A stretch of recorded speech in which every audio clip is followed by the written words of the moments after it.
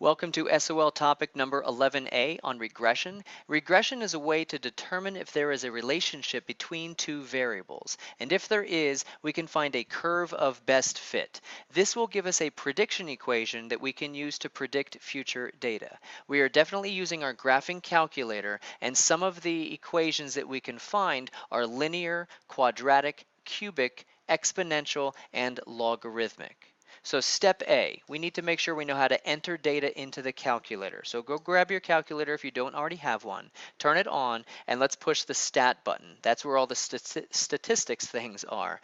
We'll hit number 1, edit, and this is where we can input our data. List 1 is for all of the X values, list 2 is for all of the Y values. Okay, step B, we need to make sure that we know how to turn on a stat plot. So again, grab your calculator. Let's go to y equals, and we're going to turn plot 1 on. Right now it's off because it's unhighlighted. If I go and highlight it and push enter, now it will be darkened, and now it's ready for our data to be plotted. So that's how you turn a stat plot on. Step C, let's graph our data. We're going to hit zoom and then 9, which is the zoom stat. I don't have any data in the calculator yet, but if I push zoom, which is right here in the middle of the top, and I go down to number 9, that's the zoom stat, it's going to snap to a nice screen so we can see what our data looks like. I'll do that in the first example. Once I know what it looks like, I can determine which curve of best fit to calculate. If it's a line, I'm going to select number 4, linear regression. If it looks like a quadratic, a parabola, I'll select number 5, quadratic regression. If it looks like a cubic, then I'll select number 6. If it looks exponential, I will select 0. And if it looks like a logarithm, I will select 9. Now sometimes you're going to get a situation where you have to determine a function given a table of values. If they give you a table of values, there are actually 2 other techniques you could use. The first technique, we could follow steps A, B, and C from above, and then we could take each of our answer choices that are given and input them into Y1. We're gonna do this one at a time, and we'll hit graph. Since we're looking at our data, once we hit zoom 9, we're gonna see which one best fits through all of our data points. And that should be able to give you the answer. Or what you could do, and maybe this is even more efficient, we could input all of our answer choices. One of them in Y1, one in Y2, one in Y3, and one in Y4.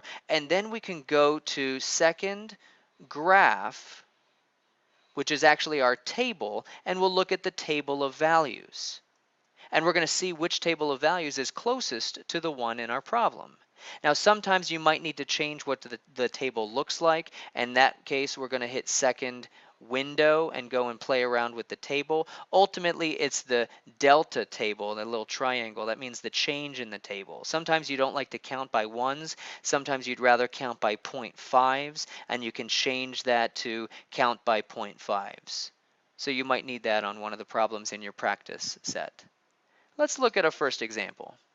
It says a scientist obtained a sample that contained 80 grams of radioactive barium-122. It decays exponentially, and that's obviously very important because now we know that it's an exponential curve over time.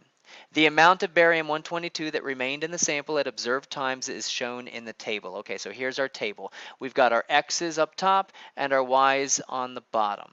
If the radioactive decay continues at the same rate, which is closest to the amount of the sample of barium-122 at 5 minutes? So that's going to be what we need to predict. We're going to plug 5 in, but we don't have a prediction equation yet, so let's plug this into our calculator. So I'm going to grab my calculator, I'm going to come over here.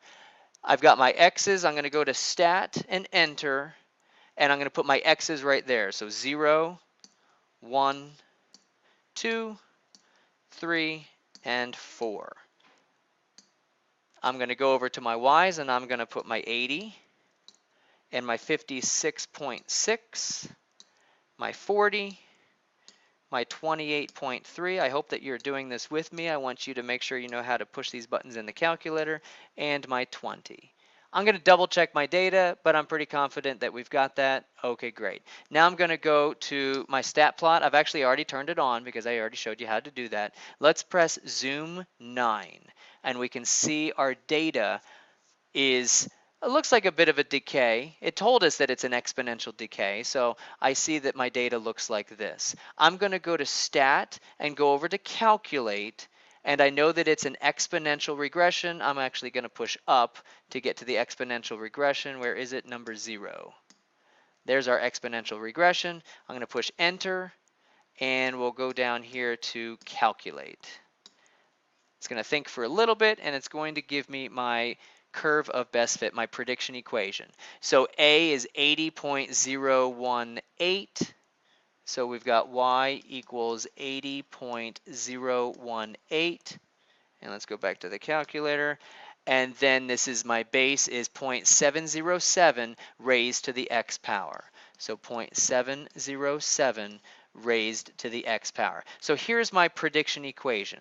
Now all I need to do is plug the 5 right into the equation right here for the exponent, and we will have our answer. So let's go to my equation, and we'll type in 80.018, and then our base, I'll put that in parentheses, 0.707, and we're going to raise that, so I'll use my caret, to the 5th power, since that's what I'm predicting. I'll push enter, and I get about 14.135, and that's going to be closest to answer choice D. So we've got our prediction.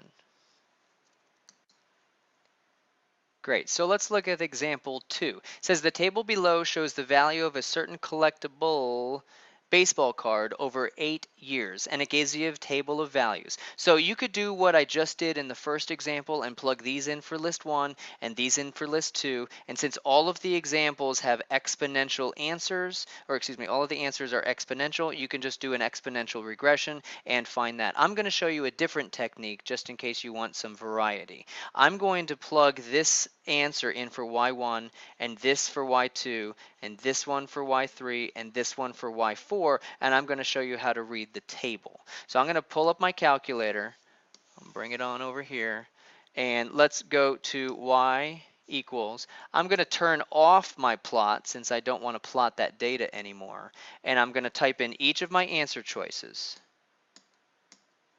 exactly how I see them with parentheses and everything. So there's my first one. I expect that you're doing the same thing. Again, you want to make sure that you're touching these buttons. That's kind of the whole point of these prep videos. 0.53.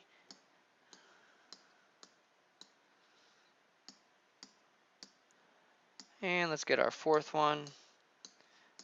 Since I'm plugging so many things into the calculator, I might want to quick double check to make sure that I've typed everything correctly.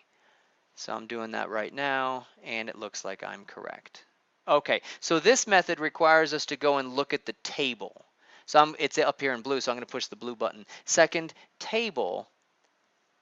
Now this is what x is, and then each one of these equations is in, actually it's nice that it's in a different color, and I want to see which one is closest.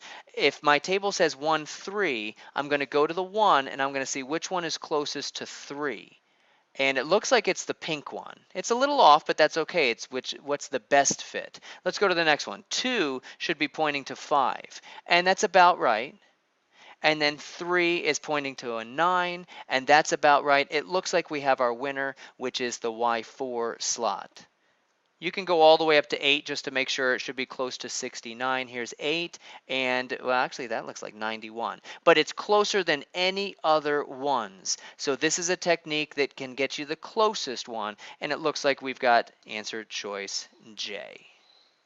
Again, if you did it by the first method like I did in this first example and plug these into into list 1 and these into list 2 and did an exponential regression, you'd get probably a whole lot closer to this answer. So thanks for watching this tutorial, and have fun with your practice set.